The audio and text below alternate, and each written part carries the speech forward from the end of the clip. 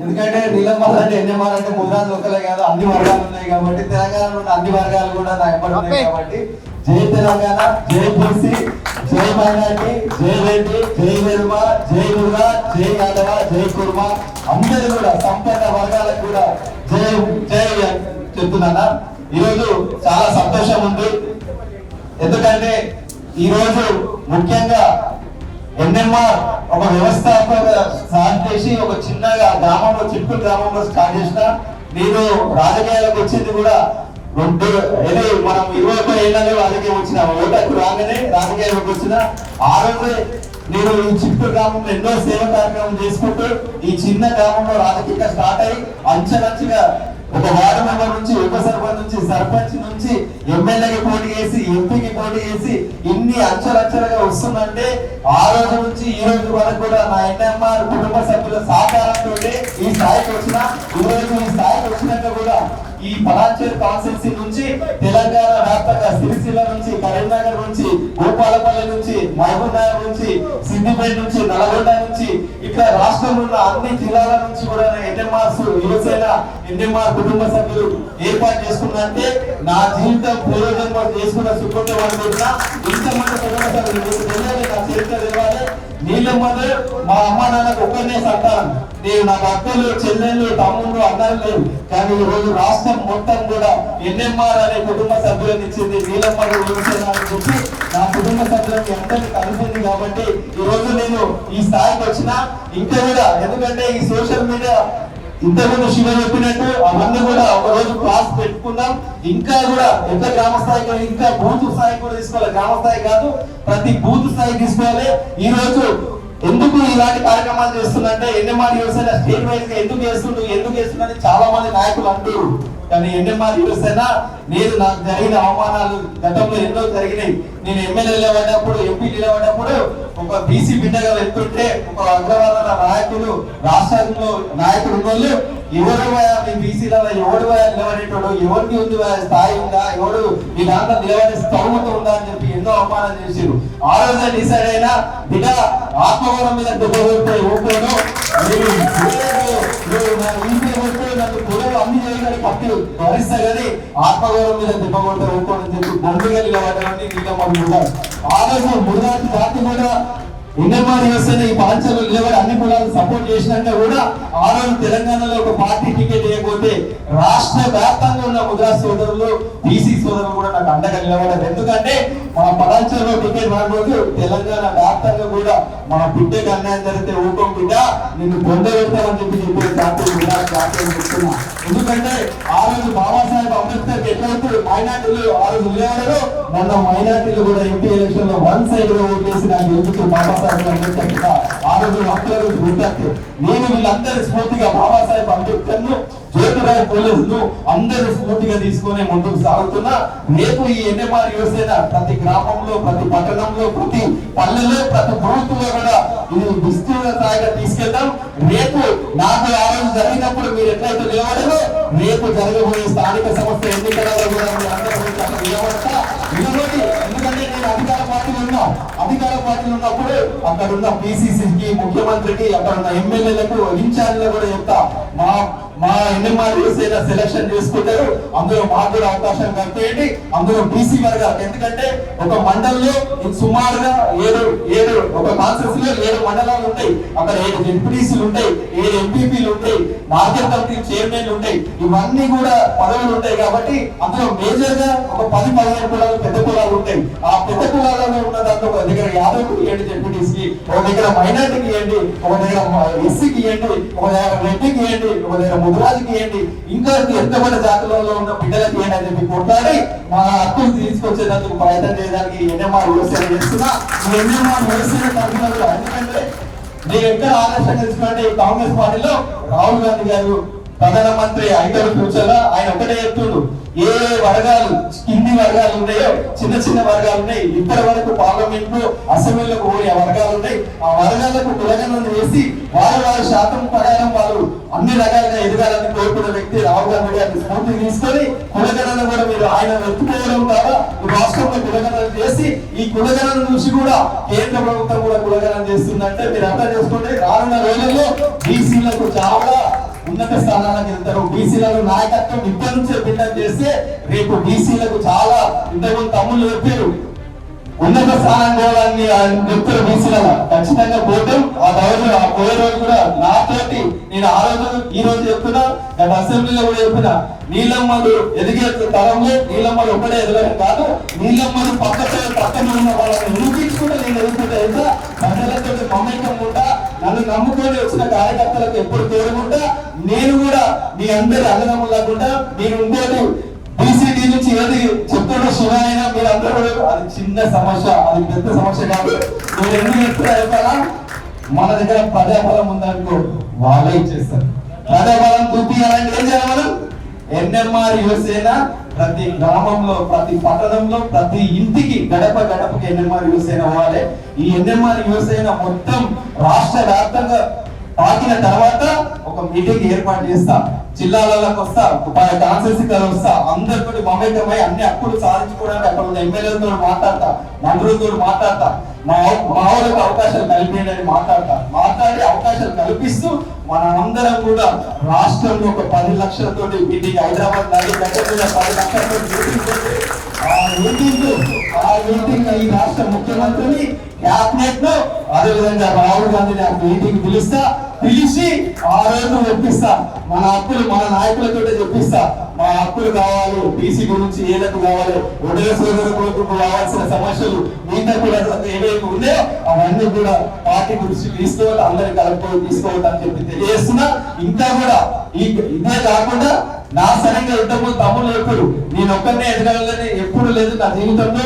నేను ఒక తమ్ముడు ఇంతకుముందు ఒడే సోదరుడు చెప్తాడు, నీలమ్మదంటే అందరి వాళ్ళకుండా నా జీవిత లక్ష్యం కూడా ఒకటే చెప్తున్నా. ఒక చిన్న కోరిక, మనం ఈ రోజు వస్తుంటే బాబాసాహెబ్ అంబేద్కర్ విగ్రహం చూడొచ్చు, మీరు వస్తుంటే రోడ్డు మీద వస్తుంటే ఆయనను చాకలైన వీళ్ళందరూ చూస్తాం. వాళ్ళు ఎప్పుడు చనిపోయారు? కొన్ని 100 ఏళ్ల కింద, కొన్ని సంవత్సరాల కింద, కొన్ని 70 ఏళ్ల కింద ఇట్లా చనిపోయిన ఉన్నారు. కానీ ఈ రోజు కూడా మన గుండెల్లో బతికి ఉన్నారా? మనం మాట్లాడుకుంటున్నామా?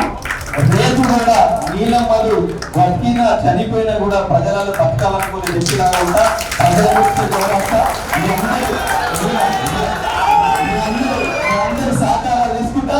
మనలోకి ఎక్కడైనా అన్యాయం జరిగితే ఆ అన్యాయంలో ముందుంటా, మీ అందరి సహకారం తీసుకుని ఆ అన్యాయాలలో ఎప్పుడు కూడా గుర్తయి ఉండి మీకు ఎప్పుడు సహకరిస్తానని చెప్పి తెలియజేస్తున్నా. ప్రతి ఒక్కరి హక్కుల గురించి కొట్లాడుతా, అప్పుడు సాధించుకుంటామని చెప్పి తెలియజేస్తున్నా. ఈ ఎన్ఎంఆర్ అనేది ప్రతి ఒక్కరు కూడా గ్రామ స్థాయిలో ఉన్న సమస్యల మీద కూడా మీకు అవగాహన ఉండాలి, అన్ని కులాల ఉండాలి. ముదిరాజులో ఎక్కువ మంది, ఎందుకంటే నేను ముదిరాజు జాతిలో పుట్టినా కాబట్టి ఈ జాతి పెద్ద జాతి, తెలంగాణలో చాలా పెద్దగా ఉంది. ఆవేదన కష్టాలు ఉన్నాయి కాబట్టి వాళ్ళందరూ ప్రేమతోటి నన్ను ముదిరాజు బిడ్డగా అనుకుంటారు. ముదిరాజు బిడ్డనే కానీ మీ అందరినీ కలుపుకొని ముదిరాజులు నా తల్లిదండ్రులు ఎంత గౌరవించుకుంటారో మిగతా సమాజంలో అన్ని కులాలను కలుపుకొని పోయే వ్యక్తి లాకుండా మీ అందరి సహకారం మాకు ఉండాలి. ఎందుకంటే ఈ రోజు తెలంగాణలో 119 కాన్స్టిట్యూన్సీలు ఉన్నాయి. 119 కాన్స్టిట్యూన్సీలో మేము ఎమ్మెల్యేలు నిలబడతామని చెప్తలేము, 119 కాన్స్టిట్యూన్సీలు మాకే కావాలని చెప్తలేము. మా మాట ప్రకారం మాకు రావాల్సిన హక్కులు, మా శాతం ప్రకారం మేము ఎంతమంది అంటే ఒకవేళ ఈ రాష్ట్రంలో లెక్క పిలకలం చేసి 26 లక్షల మంది ఉంటే 2 లక్షలకు ఒక ఎమ్మెల్యే అయితే, ఎమ్మెల్యే అయినప్పుడు మాకు ఎన్ని రావాలి? 13 ఎమ్మెల్యేలు రావాలి. ఆ 13 ఎమ్మెల్యేలు 10 ఎమ్మెల్యేలు వచ్చిన ఉమ్మడి తెలంగాణలో జిల్లాకు ఒక ఎమ్మెల్యే అయినా మా బాధలు తెలిస్తే మా ఊరి బయటకు పోయి తెస్తే అప్పుడు ఉద్యోగం చేసి దాని గురించి పోరాడుతున్నాం. మాకు ఆ శాతం గురించి పోరాడుతున్నాం కానీ ఇంకొకరి గురించి కొట్లాడుతున్నాం. ఇప్పుడు ఎస్సీ సోదరుల దగ్గర ముద్రాలను సపోర్ట్ చేస్తున్నామా, మైనారిటీలను సపోర్ట్ చేస్తున్నామా, అట్లా అన్ని వర్గాలను కలుపుకొని పోతాం. మీ అందరి సహకారం తీసుకొని పోతాం. మా శాతం ప్రకారం, ఎందుకంటే కులగణన జరిగింది కాబట్టి మా శాతం ఎంతో అంతే మా హక్కులు మాకు కావాలని కొట్లాడే వ్యక్తిని ఇక్కడ ఎవరికి ఇచ్చపరచం ఇంకొకటి చేయం. ఎందుకంటే ఈ రాష్ట్రంలో ముఖ్యమంత్రి వర్యులు కూడా బీసీల పట్ల చాలా చిత్తశుద్ధిగా పనిచేస్తుంటూ ఎస్సీల పట్ల కూడా చిత్తశుద్ధిగా చేస్తారు. ఎందుకంటే సుప్రీంకోర్టు ఆర్డర్ రాగానే ఎస్సీ వర్గీకరణ చేసింది, బీసీ కులగణన చేసిండు. బీసీ కులగణన చేసి కూడా రిజర్వేషన్ ఇవ్వమని చెప్పి బిల్లు పంపించారు. బిల్లు పాస్ అయినా కాకుండా కాంగ్రెస్ పార్టీ తరఫున 42% బీసీలకు నేను పార్టీ భాగానికి ఇస్తామని చెప్తాడు. కాబట్టి బీసీలకు రానున్న స్థానిక సంస్థలు చాలా అవకాశాలు వస్తాయి. నేను కూడా ప్రతి కాన్ఫరెన్స్ లో రేపు జరగబోయే ఎంపీటీసీ సర్పంచులు జెడ్పీటీసీలు ఉన్నప్పుడు అక్కడ ఉన్న ఎన్ఎంఆర్ ఫ్యామిలీ అదేవిధంగా మన సంఘ నాయకులు కూడా ఒక మీటింగ్ ఏర్పాటు చేద్దాం. అక్కడ ఒక కాన్ఫరెన్స్ లో మీటింగ్ ఏర్పాటు చేసి అక్కడ ఉన్న ఎమ్మెల్యేని పిలిపిద్దాం, అక్కడ ఉన్న మంత్రిని పిలిపిద్దాం. ఆ బలం చూపించి వాళ్ళని కోరికలు అంటాం. మనకి ఓట్లు కావాలి, రేపు మీ ఎమ్మెల్యేలకు మీరు ఓటు వేయాలంటే వీళ్ళకు కూడా అవకాశాలు కలిగేయాలి కదా. వీళ్ళందరికీ డిప్యూటీసీలుగా, ఎంపీటీసీలుగా, సర్పంచులుగా, కార్పొరేటర్గా, మున్సిపల్ చైర్మన్లుగా మీరు అవకాశాలు కలిగిస్తేనే కదా రేపు మీరు ఎమ్మెల్యేలు నిలవడం. వీళ్ళకు నేను వచ్చి మనకు అవకాశాలు కలిగించారు, మీ అందరు కూడా మనకు అవకాశాలు కలిగించిన ఎమ్మెల్యే అభ్యర్థికి ఎమ్మెల్యేకి ఓటు వేయాలని చెప్పి చెప్పాల్సి వస్తారు. కాబట్టి వాళ్ళు ఎప్పుడు కూడా మనం దూరం పెట్టారు.